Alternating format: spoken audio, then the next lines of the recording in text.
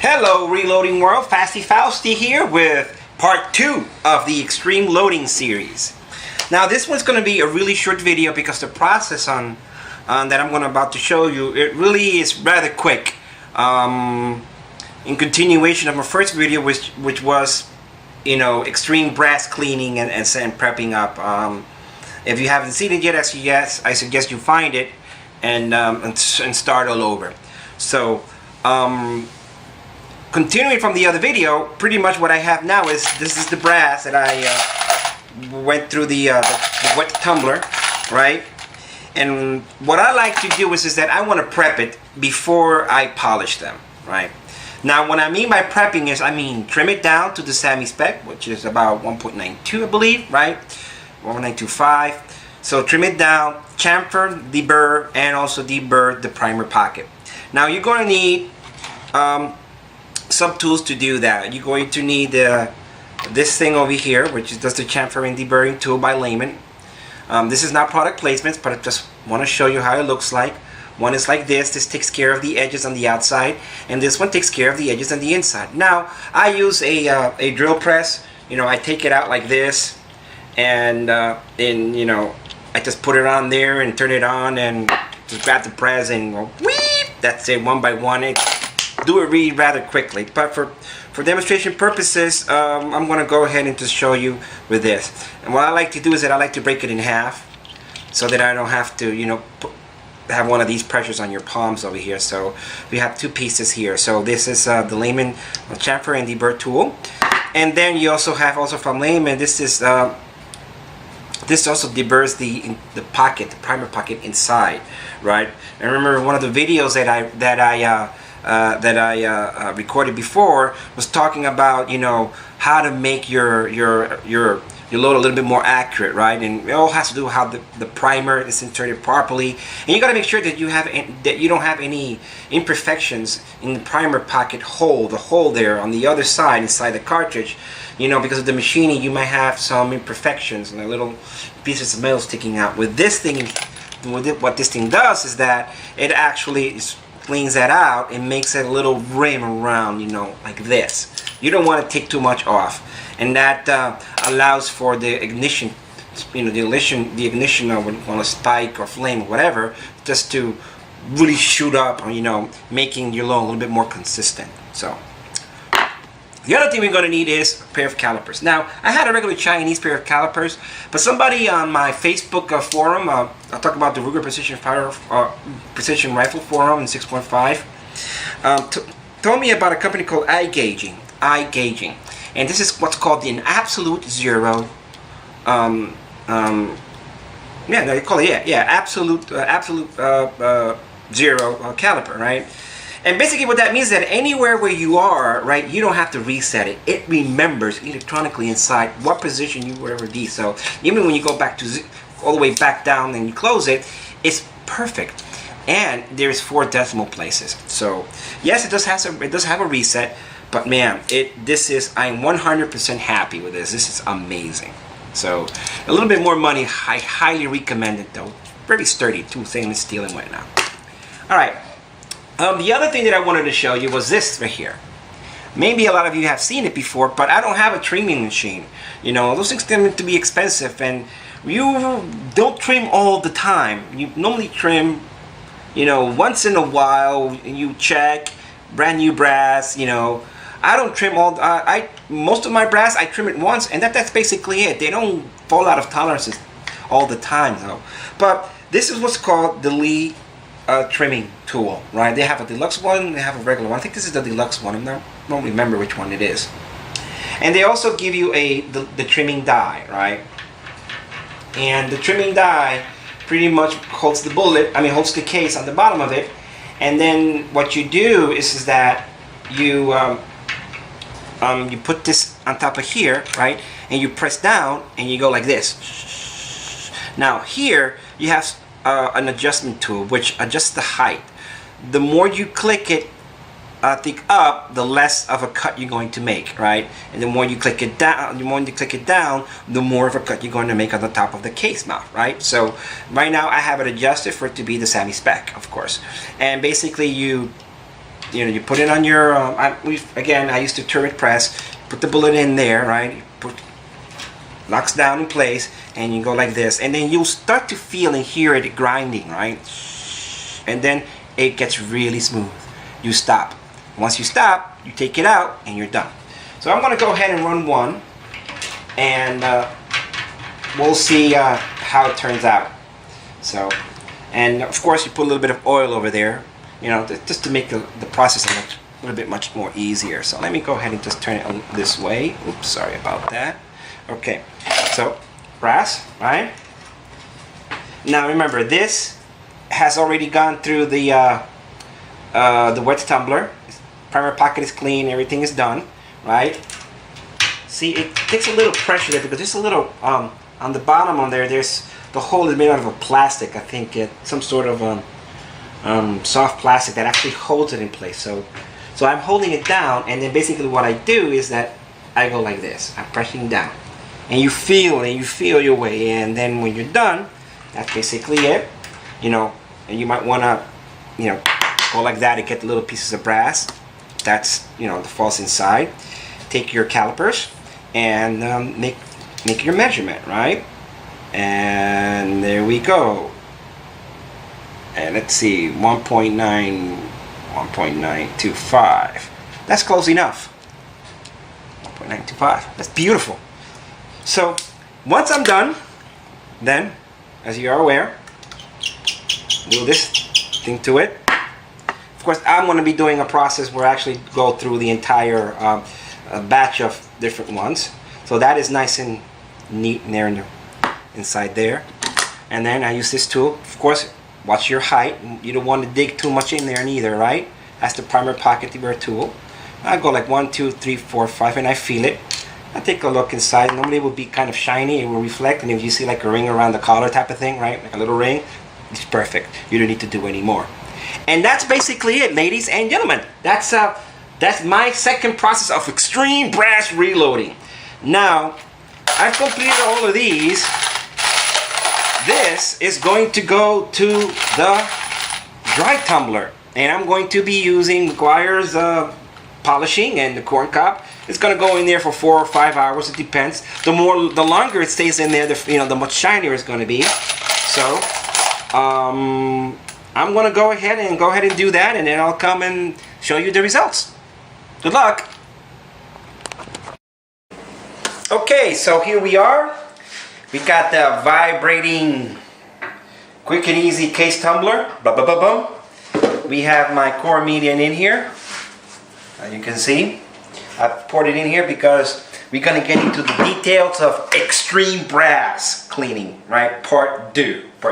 Okay, so before I showed you that this is what I use, Mother's California Gold Metal Polish. This is really great, but this brings out a really good, a glass finish. I mean, it makes it beautiful. But it doesn't work very well when your brass has some stains on it. If your brass has stains, and I just noticed that even though I went through the tumbler and this is really clean and it looks like this, there is some stains on there that it's just in the metal itself, and it's not going to come out easily. So for that, I use New Finish. So this works a little bit better when your brass is stained. Now, it also gives you a glass finish, but it doesn't give you a showroom glass finish as this. So for all intended purposes, we're going to use this because I see that the brass that I have has some stains on it. The other thing that we need to get is this not fabric softener. These sheets, dryer sheets, right? The ones that you use for your cycle when you cycle your clothes in your dryer, right? We're going to cut one of these in half like this, right? You're gonna get this little piece. Now, why would you want to use this? Why would you want to use this for cleaning your brass? Well, apart it's not to make it smell, nice. No. But corn cob releases a lot of dust. So does other medias also, particularly with the vibrating tumbler. So what this helps is that the material, whatever they use to soften the clothes and the static cling, whatever, also likes to capture the dust particles. So basically what you do is that you insert it in your tumbler like this. I just cut half of it, and I got this piece, and I made pretty much, I'm going to go ahead and just push it in there in the middle. So now it looks like this. Okay? Alright, and that's basically it. You'll take your media, and you just pour it back in there. Alright, come on. Okay, see now? Let's even that out. Alright, and the amount of new finish, it's not really a lot. Normally, if this is a little bit too thick, just add a little bit of water. That's what I'm going to do now. Hold on. Okay, just a little bit of water. Because this stuff does get dry. Looks like I left it open and got a little dry, so let's just shake it a little bit in a little bit of water.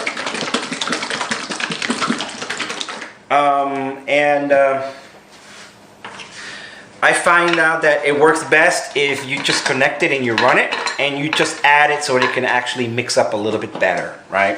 So let's turn this guy on. It's gonna make a little mess, but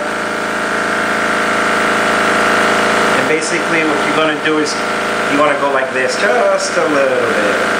Come on. That's basically it. That's all it takes. Some folks, let me shut this off, they like to leave it so it can actually move around a little bit. That's up to you. From what I can see, this is ready to go. Throw that in there, lock it up in place, and since I know this is a little bit tarnished, what I'm going to do, I'm going to leave it 5 hours or so. And then that's basically it. There you go.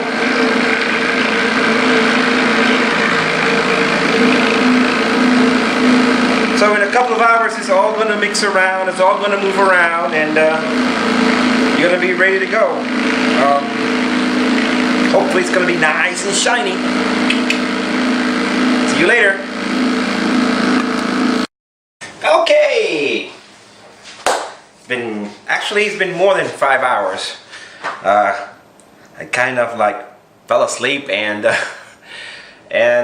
just forgot about it, so I ran overnight. So let's take a look and see what happens.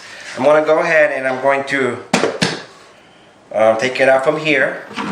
Use the media separator, also from Frankfurt, and good old Home Depot bucket. For what I can see, oh boy, it's looking really good. I'm so happy. Alright. Oh, I can already tell that it's remarkable. I mean, the little piece is sticking out is so shiny. So let's see. I want you to take a look at this process so that you can see that it's not new brass, because I don't even think new brass actually gets this shiny. So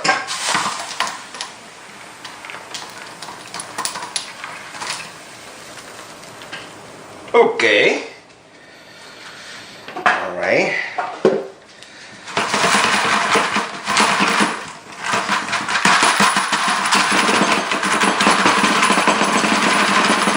Oh my gosh. This is unbelievable.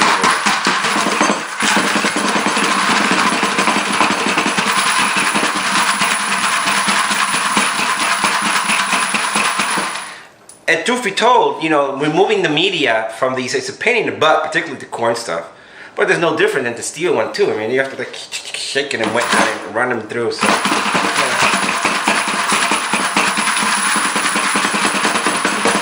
this is crazy. This looks like absolutely new brass. Undeniable. Whoops, hold on. Take a look at that. I mean, look at that. This is crazy, man. This is crazy. Look at that. Beautiful. It's amazing. Look at that.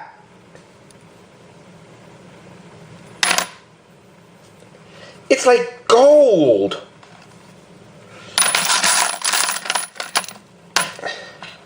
Look.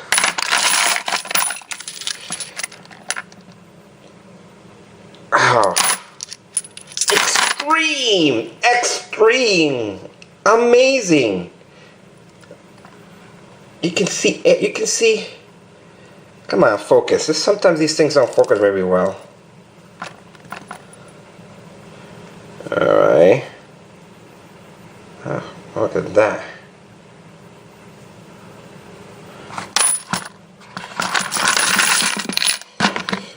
I mean, yeah, maybe I should start a business, right? Maybe I should just like, look, I mean, look at this. This is amazing. Wow.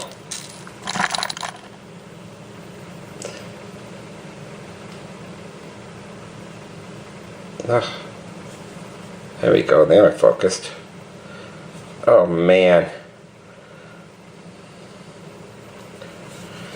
See, now I get a lot of pride in shooting 6.5 Creedmoor out of a cartridge like this, right? I mean, look at that.